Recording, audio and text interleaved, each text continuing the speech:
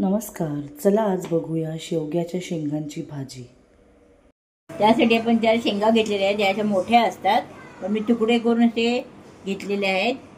तुकडे केलेत आणि छोटे तुकडे केलेत, धुवून स्वच्छ घेतलेले आहेत। चिंच लागणार आहे थोडीशी, सुपारी एवढी, थोडासा गूळ अगदी अर्धा चमचा, हळद, हिंग, मसाला आणि गोडा मसाला घेतलाय मी, आणि कांदा, खोबरं, नुसतं खोबरं वाटलेलं आहे बघा, हे खोबरं नुसतं वाटलेलं आहे ते घेतले। आता आपण फोडणीला घालूया। आता मी 1 ते दीड चमचा मी तेल घातलेलं आहे। त्यामध्ये मी थोडंसं हिंग घालते, जे घेतलेलं आहे हिंग ते घालून घेते। आता फोडणीला कांदा घालते,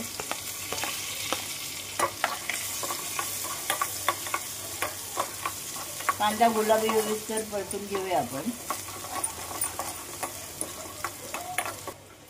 आता कांदा गुलाबी झालेला आहे। मी तर सगळे मसाले घेतले, हळद, गोडा मसाला आणि मिरची पावडर, ते सगळं मी घातले त्याच्यामध्ये, आणि हा 1-1.5 चमचा खोबरं घेतलेलं आहे तेही घातलेलं आहे।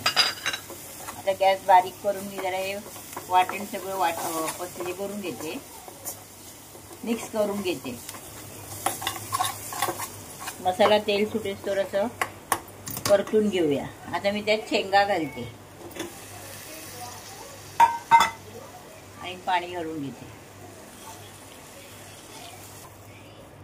थोडा वेळ मी 10 मिनिटं ठेवते गॅसवर, बघू आता शिजतात का। शेंगा शिजायला घातल्यानंतर 15 मिनिटं झालेली आहेत। आता शेंगा शिजल्यात। मी त्याच्यामध्ये बघा चिंचेचा कोळ घालते आणि गूळ पावडर, गूळ नव्हतं माझ्याकडे पण पावडर होती, गूळ पावडर, ती थोडी घालते।